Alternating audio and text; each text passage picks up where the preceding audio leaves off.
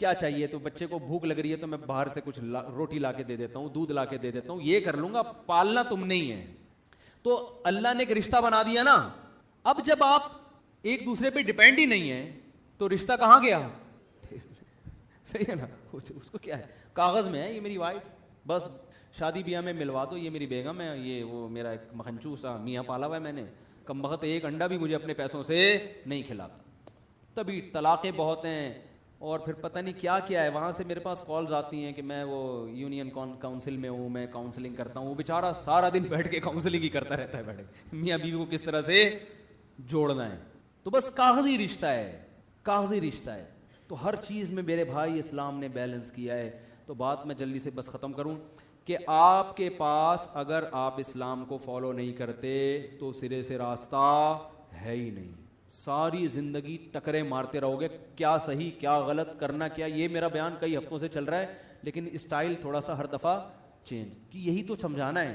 تو اب میں مختلف الفاظوں سے, مختلف مثالوں سے کھوپڑی میں اتارنے کی کوشش کرتا ہوں. چلو اس طرح سے نہیں تو اس طرح. تو بعض لوگ کہتے ہیں یار ٹاپک چینج نہیں کرتے مفتی صاحب. اور بھائی ایک ہی بات سمجھ میں آ جائے تو میرا خیال ہے پھر یہی ٹاپک کافی ہے. لیکن کوشش کریں گے اگلے ہفتے سورہ قلم کی اگلی آیات پہ چلے جائیں. مفتی طارق مسعود صاحب کے بیانات سننے کے لیے youtube.com/مفتی طارق مسعود کو سبسکرائب کریں. اور اگر آپ لائیو ویڈیو کو کبھی بھی مس نہیں کرنا چاہتے ہیں تو سبسکرائب کرنے کے بعد بیل آئیکن پہ کلک کرنا مت بھولیں. جزاک اللہ.